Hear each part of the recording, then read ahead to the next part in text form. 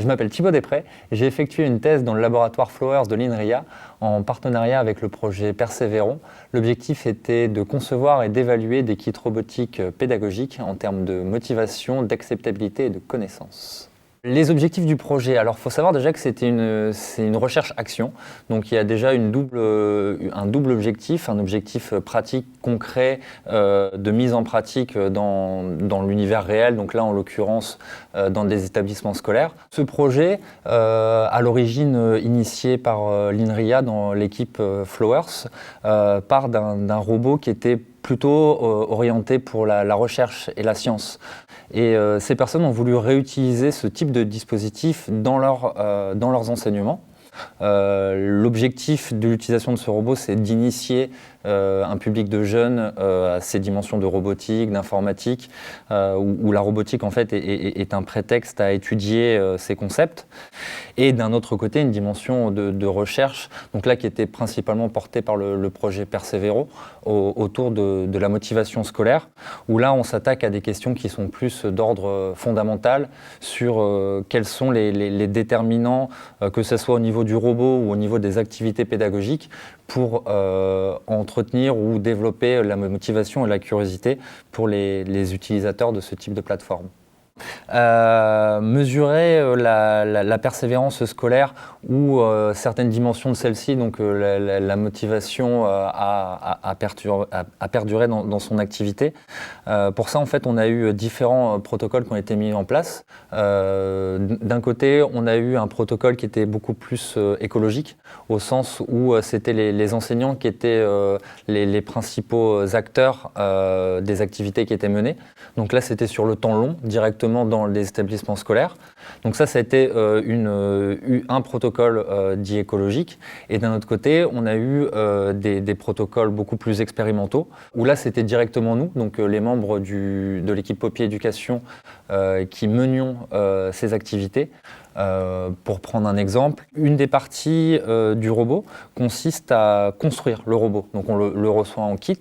Ça, on a pu montrer dans la littérature que fabriquer son dispositif aide l'utilisateur à s'engager dans la tâche et entretient d'une certaine manière sa persévérance sur le long terme.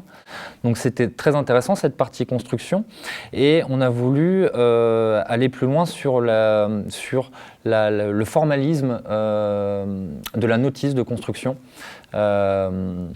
Typiquement, on a proposé à un groupe une notice qui était totalement linéaire, donc on commençait par monter la partie électronique, puis la partie mécanique et ainsi de suite.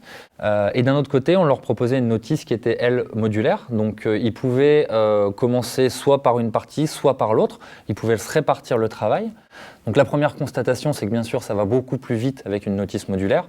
Les élèves pouvant se répartir plus facilement le travail, ils pouvaient exécuter les tâches en parallèle, chose qu'on ne peut pas faire avec une notice linéaire. Ce qui est intéressant dans ce type de projet, c'est que lorsque les activités sont menées directement par la personne qui fait la recherche, il y a un regard sur l'expérimentation qui va aider ensuite, a posteriori, à poser les interprétations. Typiquement, ce qu'on s'est aperçu, c'est que dans le groupe modulaire, dans le groupe de 3 élèves, assez régulièrement, on avait un élève parmi les 3 qui se démarquait et qui prenait le leadership. Et de là, on a interprété ces résultats comme le fait qu'effectivement, le choix était beaucoup plus laissé au groupe d'élèves. Cependant, dans ce groupe, un individu avait pris le leadership et donc imposé ses choix aux 2 autres membres du groupe, ce qui fait que dans la moyenne, on avait une réduction du choix perçu. Donc ça, c'est un exemple de résultats qu'on a pu extraire de ces expérimentations. D'un point de vue pratique, ce qu'on a pu montrer, c'est que le kit qu'on a développé, donc qui comprend bien sûr le robot en lui-même, donc la partie hardware et software, mais aussi on n'y pense pas forcément à toutes les ressources pédagogiques qui y sont adossées. C'est ça qui forme l'entièreté d'un kit robotique pédagogique.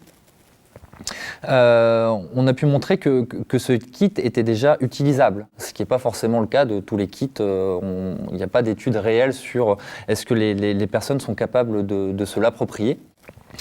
Au-delà de ça, d'un point de vue plus fondamental, plus théorique, on a pu montrer que ce genre de dispositif, ça augmente la contrôlabilité que l'élève a sur la tâche.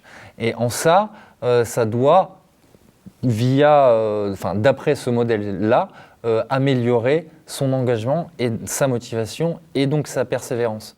Mais dire que les expérimentations que j'ai menées ou le dispositif qu'on a créé mène avec certitude et avec un effet direct à la persévérance scolaire, ça c'est faux. Ce qu'on peut dire, c'est qu'effectivement, quand on utilise ce dispositif avec les ressources appropriées, on peut agir sur certains leviers de la motivation, donc qui ont été définis par les différents penseurs de cette théorie, autour de tout ce qui est la théorie de l'autodétermination. Donc typiquement, le choix en fait partie, puisque ça permet une meilleure contrôlabilité de la tâche. Et donc oui, on peut dire que sur certains de ces leviers, on a pu expérimenter et mesurer qu'on avait eu un impact positif la plupart du temps, amenant donc d'après ces modèles et donc d'une manière indirecte à une plus grande motivation et donc une plus grande persévérance. Donc on a mené une recherche écologique sur le long terme, on a mené des recherches expérimentales sur des activités plus courtes. On a également mené des entretiens avec les enseignants, les élèves.